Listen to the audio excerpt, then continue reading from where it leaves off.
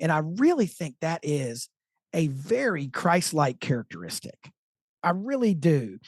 I don't think he had a lot of people come up to him while he was on earth and go, Jesus, I really need your help. And he was like, I'm sorry, what were you saying? Because I was over here talking to one of the apostles. I'm really busy.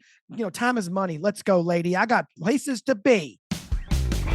Welcome to the Father on Purpose podcast, featuring author and ministry leader Kent Evans and business executive and military veteran Lawson Brown. This is a show for you, Dad. You want to be a godly and intentional father. Unfortunately, you've turned to these two knuckleheads for help. Let us know how that works out for you. Before we begin, remember this: you are not a father on accident. So go be a father on purpose. Please welcome your hosts, Kent and Lawson.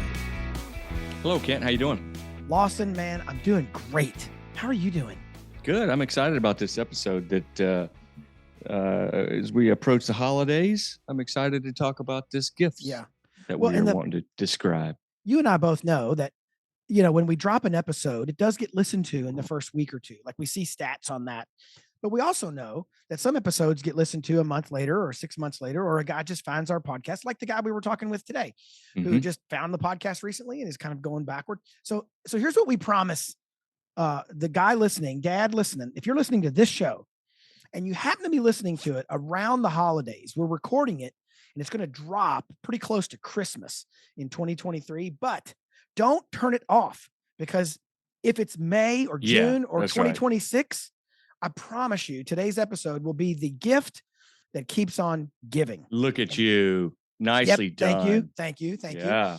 Unplanned. Dad, here's the question we have for you, Dad, in this episode. Are you capable? No, wait a minute. You are capable. So we know that you're capable. Have you ever? No, wait a minute. You've done it before. That's not the right question. The right question is, do you regularly give your kids and your wife the gift of your undivided attention? Do you give them the gift of your undivided attention? Do you even know what I'm talking about? Like, does that idea even make sense? As we were getting ready to record today's show, I sent a text message to our producer, Hunter, and I said the wrong time. I quoted the wrong time of day for when we were going to do the show, and he got a little bit confused, texting me back and forth. And that's when I realized I should probably stop multitasking and actually single task so that I could give the time of day my undivided attention. Lawson, can I tell you two stories in this regard? I'm waiting. Oh, I'm so glad you I'm said waiting yes. Breathlessly. I wouldn't know what to do next had you not said yes. Recently, like not too far into the distant past, I had two experiences. One was with a guy and someone else in a work environment. And I'll just call him guy number one. Guy number one was really focused on the conversation we were having while he was talking. He was all dialed in. When his colleague began to talk, he started checking his emails and his text messages. Now, for all I know, he has an in-law who's currently on, in the ICU, or he has some significant deal. So I don't want to be like, pointing it out and judging the guy, but I thought it was interesting that while he was talking, we all had his undivided attention. But when someone else started talking, he seemed like okay to kind of check out of the meeting. That was experience number one. Experience number two, I recently met a guy for the first time at a public place, like a coffee shop. And there were three of us there, and he looked at me and goes, "Hey, nice to meet you." And I thought, oh, that's nice. I mean, people say that when you meet them. And then I noticed his very next thing that he did was start checking his texts and emails. And then I kind of thought to myself, so how nice was it to meet me? Because I guess we're done here, And again, for all I know, I interrupted him in the middle of his wife getting a medical diagnosis, right? And he needed to dial back in. So I'm not like throwing stones at these guys, but what I am saying is, and I know this is true for me, a lot of us, especially in the last 5 to 10 years with increasing encroachments of technology in our lives struggle with giving somebody our undivided attention. In fact, you're going to think I'm making this up. I promise you, this literally happened to me within the last 24 hours while I was making notes about this episode in Airtable. I had been interrupting my own Bible study time to put notes in Airtable. I'm not kidding. And I'm listening to a playlist of random songs based on this one song on Spotify. The name of the song, it's a piano song that was playing while I interrupted my Bible study to put notes in Airtable. The song was literally called Attention. I'm not joking. With the letter A, capital A, one word, Attention, was That's the name funny. of the song on Spotify that I heard while I was diverting my attention from what I was trying to. So, like, bro, I can relate. It's hard. Yeah. I can relate. But how do we do it, man? Or let me start here, Lawson. Is this a problem? Like, do you see this in your own life where people just struggle to give their undivided attention? Yeah, it's interesting, the timing of this. I've been traveling lately, and I had a phone problem, and so mine was not working. And I felt weird being the only one as I'm standing around the gate of the airport, ready to board, holding a paper ticket and not with my head down, eyes planted on the phone. I didn't know what to do. I did not know what to do with myself. I was going to go buy a paper magazine or a paper newspaper just to have something on the plane. And in another case, I was in a crowd, and it was this big open room, kind of a conference setup. So six or eight people at every table. Mm-hmm. And dude, it was pretty noticeable how when the speaker ended, there was a rise in conversation just in the room in general. Mm-hmm. And then it got quiet again. And people were looking at their phones, looking at their emails. Yeah. And today's episode is not about how do we get away from our phone, but it is a very stark analogy that everybody can relate to, because we all struggle with it. If mine is there and the screen lights up, it's hard to resist. Yeah, reaching over and grabbing it. So, I forget where I saw it or read it, but I started recently leaving my iPhone in my office when I go to bed, and I'm trying to do that more and more early in the evening. But with a daughter that's not right here local where I can see her, I always feel like I just wanted to go check one more time. Is she good? Or it's the phone is, I think, a number one distraction for a lot of people. And it's something that that we all have to combat. I wondered in the beginning of today's episode, when you were asking that question, I wondered if what you were about to say was, do you want to give your kids the gift of undivided attention? Because are we able to do that? Of course we are. Do we have opportunities where that would be the better thing to do, is to give them our undivided attention? Absolutely. Yeah. Do you want to do it and therefore then do it, take that action and execute on it? And that's the question I ask of myself. If I'm going to try to do something different, I've really got to want it. And when it comes to, something as silly as your phone being a distraction in mid conversation with your kid, or, with your wife, like you described that guy saying what you said, I think was, when he was talking, he gave us his undivided attention. But when somebody else started to talk, you lost him. And I don't want to be that guy. I don't either. And it's not just that I don't want to be that guy because I don't want to be made fun of on a Father on Purpose podcast episode, although that would be terrible. That would be terrible. But the part of the reason is there's 50 reasons really in my head.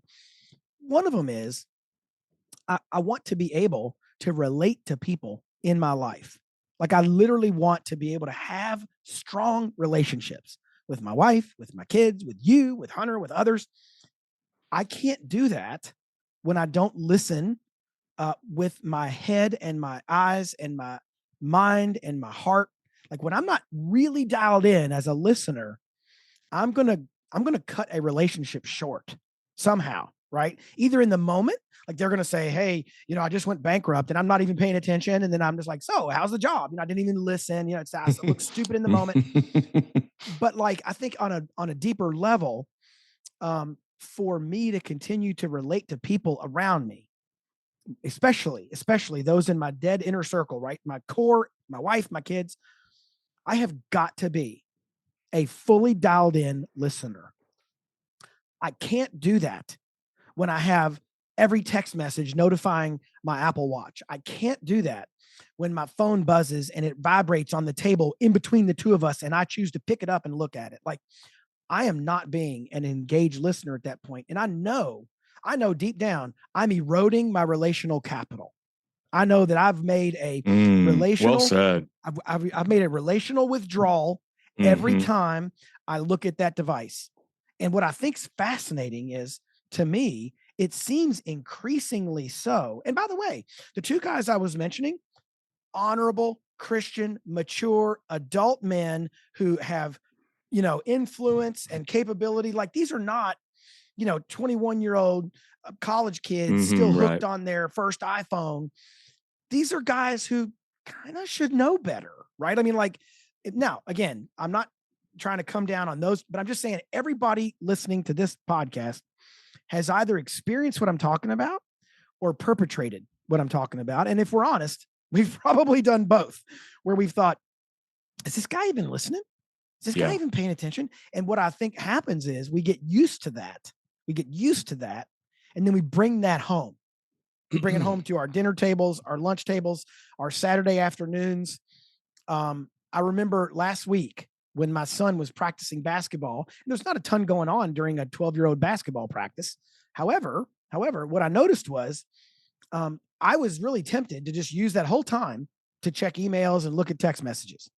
But I sat my phone down, I put my keys on top of it, and I watched his whole practice, right? And I've not done that every time. I've been to 100 of these and I don't do that every time.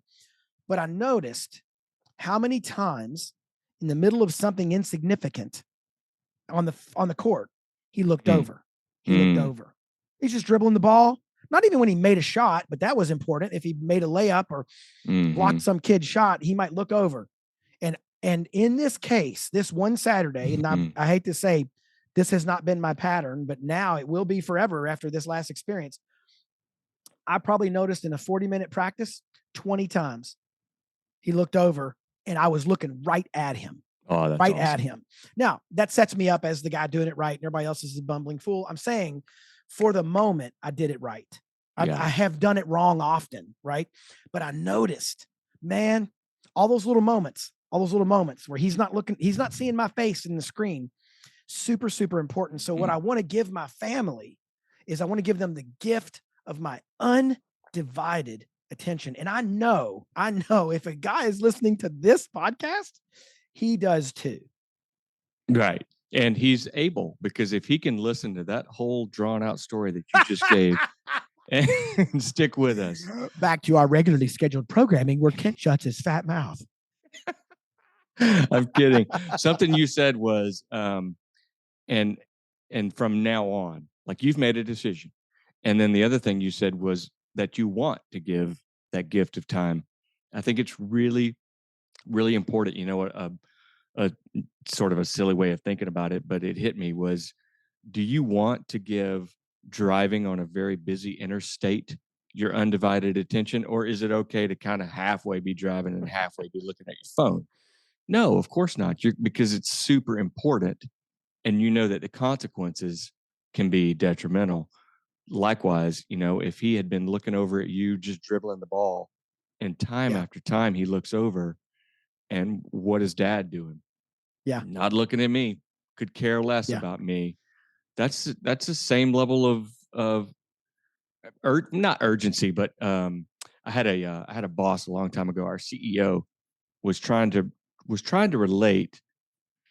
This was in a business sense, so it was customer service related. Yeah. but he was talking about handling a problem for a customer and it being super important. Like it needs to be the most important thing in our life Okay. at that moment.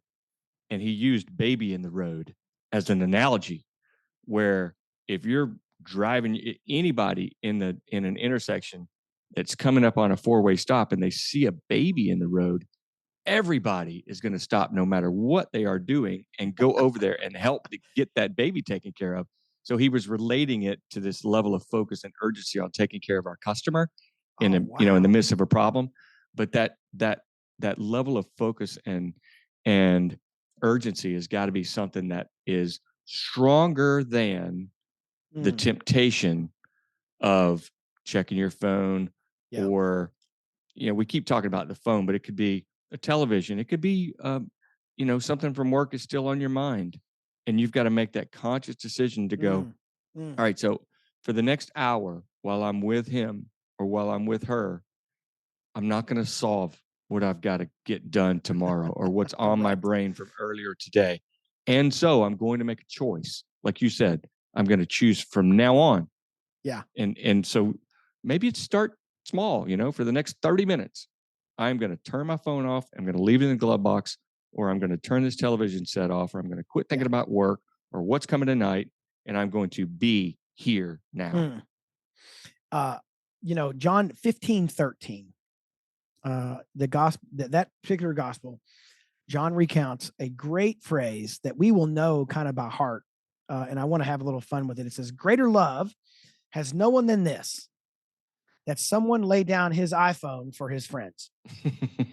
Uh, and what's funny about that, right, is that's not what it says. But what's funny about that is that seems like such a simple thing. I mean, just, can I just lay down my iPhone and focus on whoever's in front of me?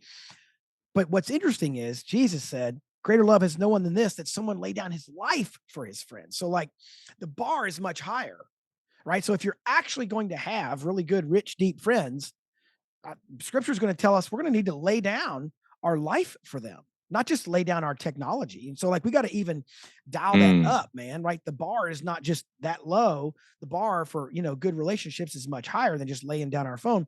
But I do think that is one of the things. And again, I'm a mixed bag in this, right? My wife would say, I think, and she listens to our podcast. And so as soon as this episode airs, I'm going to find out what she would actually say. But I think that she would say, I'm pretty good at this, like pretty good. I don't think she would say I'm flawless or I've really nailed it, but I'm pretty good at focusing on whoever's in front of me. And here's the funny thing about that. I'm not naturally great at focusing. Like, my word for the year has sometimes been focus. And when people ask me what to pray for, I say wisdom and focus. Like, I'm naturally a pretty distractible individual. I know Hunter's in the background Great quietly news to going, me. Hunter's in the Didn't background going, amen. No, right. duh. Didn't realize it. And so for that reason, I've had to develop some kind of tricks and some techniques. So, and I'm joking about John 15:13, but I really do often lay down my iPhone. Like, if I'm going into a lunch meeting with another person, I almost always do one of two things. I either set my phone face down on the table in front of both of us so that he knows it's there, I know it's there, but it's face down and I'm not going to look at it. Now, that doesn't always work, and sometimes it vibrates, but I got most of my notifications turned off anyway, which is, there's another tip. But or I will unzip my top pouch in my backpack, drop my phone in the backpack, zip it up, and then I'm in the meeting. And it's because here's what's really funny. It'll sound like when I tell that story that I'm doing it because I just care about people so much. There's some of that. I do. I mean, I do. But what I really care about, this is going to sound so pathetically honest, because it is, I care about efficiently using my time. I really, really care about efficiently using my time. I hate wasting time. Hate it. Doesn't mean I hate being silly or having fun. I have plenty of fun, but I hate wasting my time. And here's what I know. If I'm meeting with you for an hour and I spend 15 minutes of that hour checking my stupid emails, I'm wasting my time. I'm not getting full value out of the meeting. I'm not listening to you clearly. We're not arriving at the next steps and the actions. So it's really more if I'm completely blunt, it's more out of a a heart of efficacy and efficiency and like time utilization than it is that I'm just a really caring person who wants to listen to you. Hey, Chris, today in the church, we seem to have this crisis of manhood where we're still wrestling with even, gosh, what's a man? What is he at all? What's he to do? How's he to behave? And so in that light, we're struggling, I think, in the church with discipling men. Why are we struggling with that? And what can we do about it? Yeah, that's such a good question. We're struggling with discipling men largely because men think church is boring. They come to church and it's very feminized, right? From the colors to singing about drowning in an ocean of God's love. Like they're just not interested in that. But that's just the way it is because that's the base of the church today, and a lot of churches cater to their base. So we're losing men from the very beginning. They're already bored with church. They're not enamored with Jesus, right? They want a king, they want a captain, like they want someone to lead them into battle, and they're not seeing that. So where we're seeing progress is when we drill down and we kind of go to that micro level and we look at discipling men, that 2 to 3 on one discipleship process where we're really showing men who Jesus is, like the authentic Jesus, not white, long-haired, in a dress, driving a Prius hippie Jesus, like not him, and nothing wrong with driving a Prius. I mean, gas prices are ridiculous. I get it. But like the Jesus of Scripture that commands respect and authority and affection and things of that nature. So we show them the true Jesus and then who they are in this Jesus. I mean, they're kings, bro, like kings in training. And we create just a greater affection and following for Jesus in men. Better Man is one of our ministry partners. We love what Chris and his team there are doing.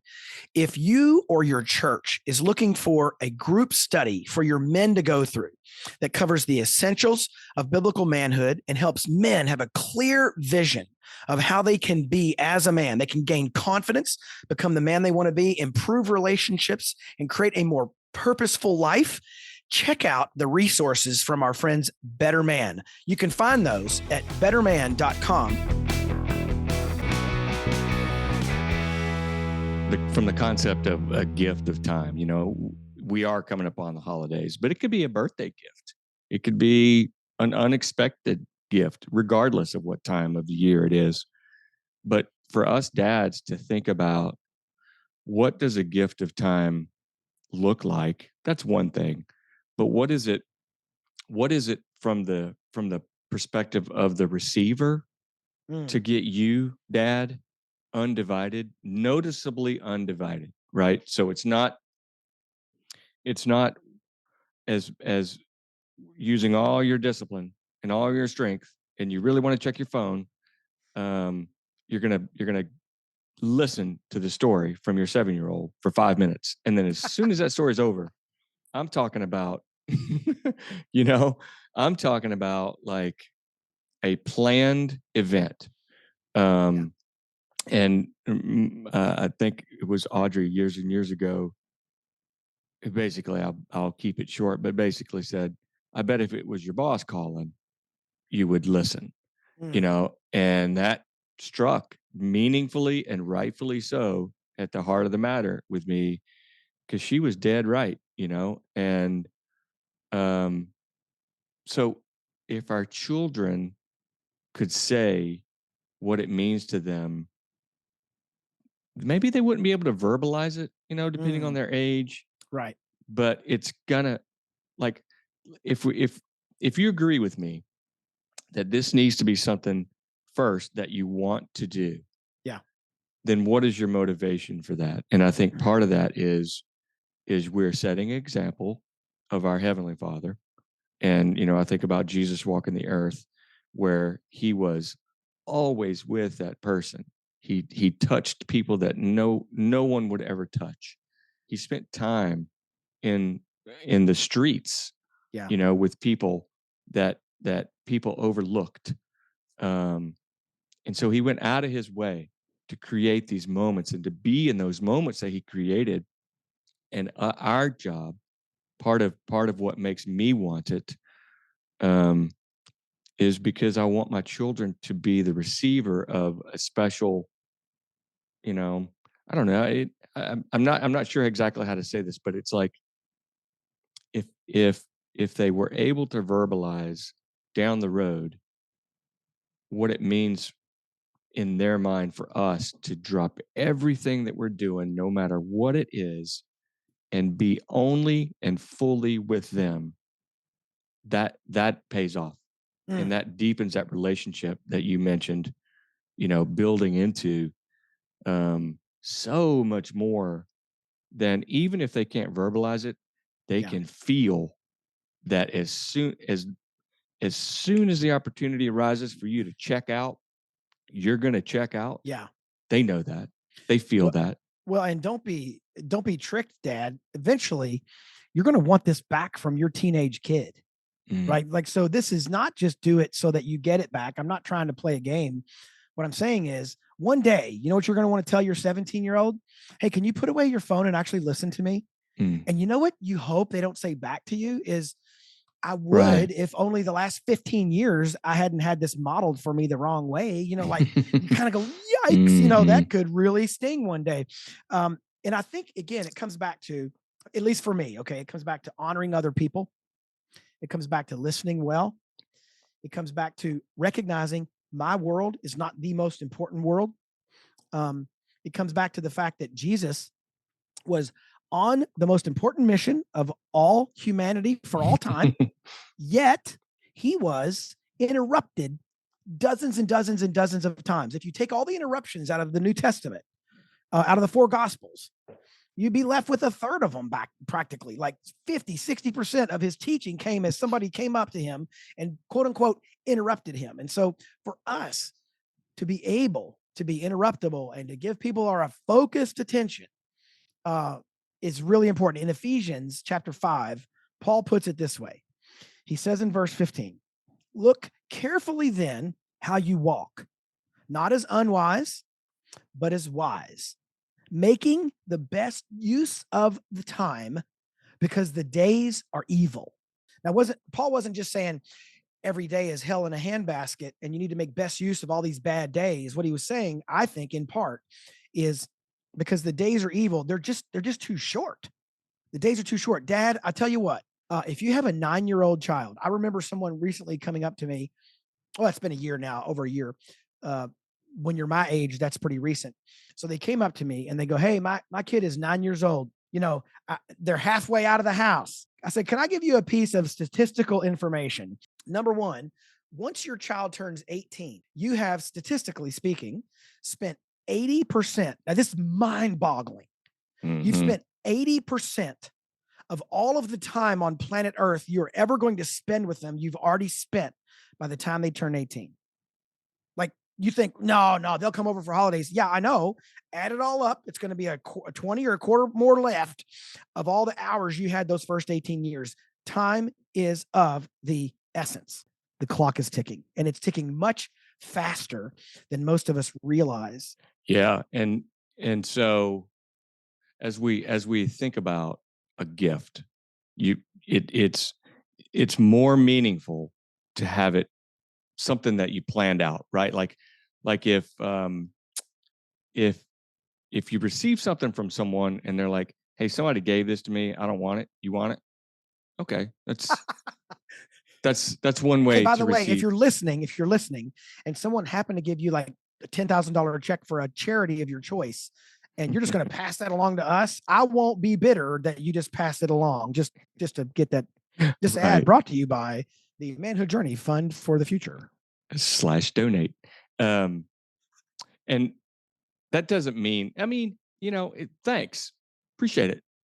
But have you ever received a gift that was really personal to you, that the person went maybe out of their way, doesn't have to be expensive, but really thoughtful, like it just really hit the mark, or they heard you Oh say man. something, months ago about, oh, I love that right there.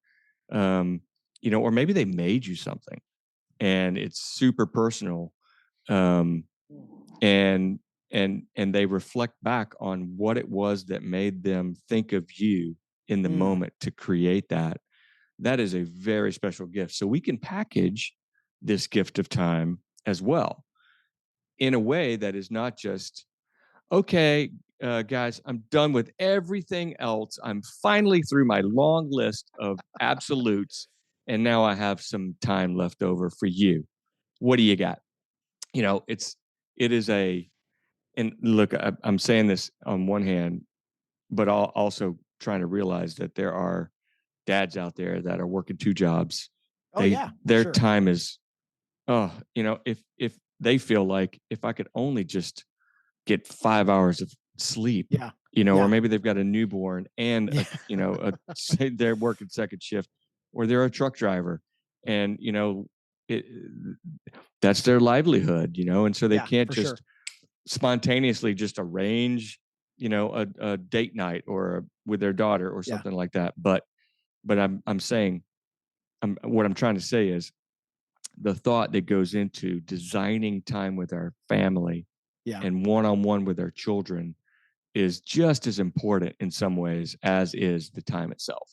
Oh man. Well, and to your point, for those who have harder schedules, right? Whether they're either off sync, like second shift, or they're working at a different time and they have less overlap, let's say, with their family in terms of time, all the more reason to make your attention undivided, right? Is that you may only get 5 minutes a day or 1 hour a week or whatever that scale may be for a while. Even more, right? I'm not trying to suggest that we all got to go find 10 hours a week of quality time. That may or may not be possible. What I am saying is, even if it's 10 minutes, let's really make it count. Let's really make it count. And I'm just routinely surprised by the number of people I bump into. And I hope they wouldn't get on this other end of the mic and say the same thing about me. I really want to be the guy who, if I'm with you, I'm with you. I remember our former pastor, Bob Russell, he was like this. he led a big church, and he had tons of people who wanted 5 minutes, or even they would want like a wave across the atrium, like they just wanted to be noticed. But if you were standing in front of him having a conversation, Mm-hmm. he just had the focus, and I don't think it was just Mm-hmm. natural ability. I think he chose to like Mm-hmm. focus. And I would observe this. I would see like him with person A in front of them, and I would see people walk behind like person A, right, and wave at Bob, and he wouldn't even acknowledge they existed. Right. Like he was, I mean, like looking dead at this person, and he could see, and I'm sure in his peripheral vision, people trying to get his attention, but he focused on whoever was right in front of him. And I really think that is a very Christ-like characteristic. Mm-hmm. I really do. I don't think he had a lot of people come up to him while he was on earth and go, Jesus, I really need your help. And he was like, I'm sorry, what were you saying? Because I was over here talking to one of the apostles. I'm really busy. Time is money. Let's go, lady. I got places to be. Come on, man. Come on. Like that's obvious. And I know that for some guys, let's be honest, that's a bit of a power play. They're busier than you. They're more important than you. They got phone calls, from famous people. And I just think, man, for me, I really want to be the kind of guy who can be across from somebody and be 100% there.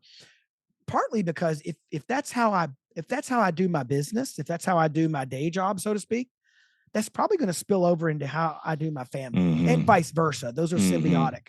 And so I just want to encourage a dad who's listening. Let's talk about some practical ways. If this episode has at all been convicting, or even if it's been perhaps infuriating, let's talk about some ways you can give the person across from you your undivided attention. Now, we've already talked about one, and that might mean that you've got to physically put a tech device away. Well, do it. Do it. I promise it's going to work for you long term. You're going to build deeper relationships. You're going to hear people better. You're going to make better use of your time. People are going to trust you more. I don't really trust a guy who's half listening to me all the way. And so, like, I think it's a win. Just, you might need to eschew technology and move it away from you when you're meeting with people, or when you're having dinner. Maybe you need the box, where you put your phones in the box and they're all kind of set aside. I think that's so important. The second thing I would say is there are obviously some exceptions. You might be meeting somebody, but your wife's about to go into labor, or you might be waiting on something super important that's extremely time sensitive. Today I was with a guy and my phone was down, and I said, "Hey man, I got a meeting at the top of the hour. Do you mind if I check my phone real quick to see if that meeting is still Hmm. on?" Like I Right. asked for permission, and I flipped my phone over, checked it, sent the text, went on, with our meeting face to face. So if I'm going to touch my phone, I'm going to either pre-warn them, "Hey man, my wife's about to Hmm. go into labor," or that there's only one call I got to take, and if it comes in, I'm so sorry, I got to take that in advance. Just tell the person beforehand, Right. "Hey, I may get interrupted. I'm so sorry." I remember one time, Lawson, no joke. My CEO at a company said, "Hey man, take this guy to lunch." And I said, "Okay, I'll take him to lunch." He was visiting. And my CEO told me that the guy was interviewing for a sales role at our company. Awesome. So I go out and I'm part of I didn't know, but I just got co-opted. I'm now part of the interview team all of a sudden. And so I take this guy out to lunch twice, not once, twice. He took an unscripted phone call on his cell phone with me Yeah. sitting across from the table. Right. And one of them, I remember this like it was 10 minutes ago. It's been 20 years. One of them, he extended with like chit chat. Like he literally goes, blah, blah, blah, blah, blah, blah. "So, by the way, how's your summer been?" And I'm like, what is happening? No way. Like, I could not believe he was interviewing for a sales job. Like, Right. not a low paying sales job, like a pretty sweet sales gig.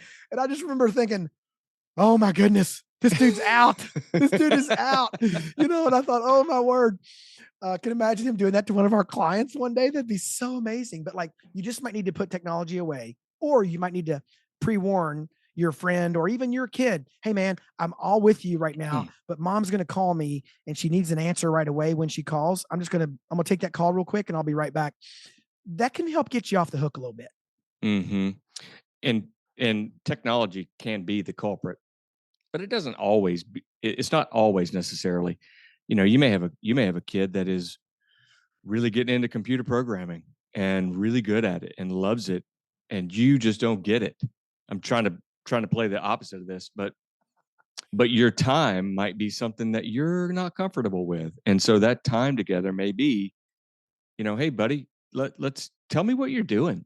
Can you give me the super, easy version, and let them you meet them where they are." You mentioned Jesus on earth, just everywhere he went, it was interruption after interruption. He lived in the interruptions. Yeah. And so, yeah, we need to plan this thing and put some thought into it. And I think that always makes it more valuable. But it needs to be about them. It's not, hey, son, stop doing your computer stuff, or instead of going and being with your buddies today, guess what? You and dad are going to go fishing, and maybe he hates fishing. Like, make this gift of time about them. Meet them where they are. Um, and so I just encourage guys, think about, as the gift giver, it means something to the other person when it's clear that you're in this for them. Mm, And it's not you trying to give a gift where you sit back waiting on them to unwrap it so that they can be overjoyed and praise you with thanksgiving. you know that's the opposite of what I'm talking about. yeah. I'm talking Yeah. about, we are designing this moment, these times together, that are, like you've described, few and far and precious between, because they don't last. Before you know it, you're going to be vying to try to please, will you spend some time with me? When they're younger, you design this. And then I think it's also important to communicate. My kids are older. um other guys, maybe their kids are grown and have kids of their own. It's really hard Mm, for a grandfather to not sometimes feel like, yeah, they don't really want me around. Yeah, ask, communicate. Like, right. hey, when would be a good time for me to come over, your mother and I to come over, and here's why, and here's what we want to do, and here's, Yeah. we have this in mind, and talk it through, and then help, design this moment Mm. around when it's convenient for them and what's going to be relevant to them. We're going to close today's episode by playing the Harry Chapin song, "The Cat's in the Cradle." No, just kidding. You remember that song? Yeah. Yeah. That song is like a tearjerker, and it's all about quality time. Like that song it'll kill you. Dare you go listen to it, because soon enough the shoe will be on the other foot, and you will be wanting the undivided attention of your kids and your grandkids. So let's go invest in that, Dad, this Christmas. And if you're listening to this in February, give your wife the undivided attention, not just on Valentine's Day. If you're listening to this in May, give your wife and your mom some undivided attention. If you're listening to this on the 4th of July, give a veteran some undivided attention. Let's go. Like all year, you can find excuses to give people your undivided attention. And I think the more this world becomes technocentric, the more we bump into things like AI and fake bots and, all kinds of digital type of experiences. I think that there's even a kind of Machiavellian or mercenary reason to be really good at giving people your attention, because I think it's going to set you apart in the workplace. I think the guy who can actually focus and look at somebody in the eye for more than 30 minutes, I think that guy's going to win. I really do.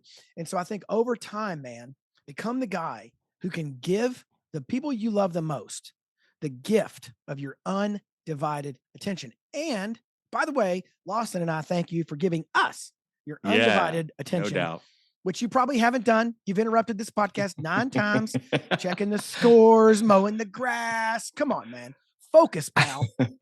Focus for real.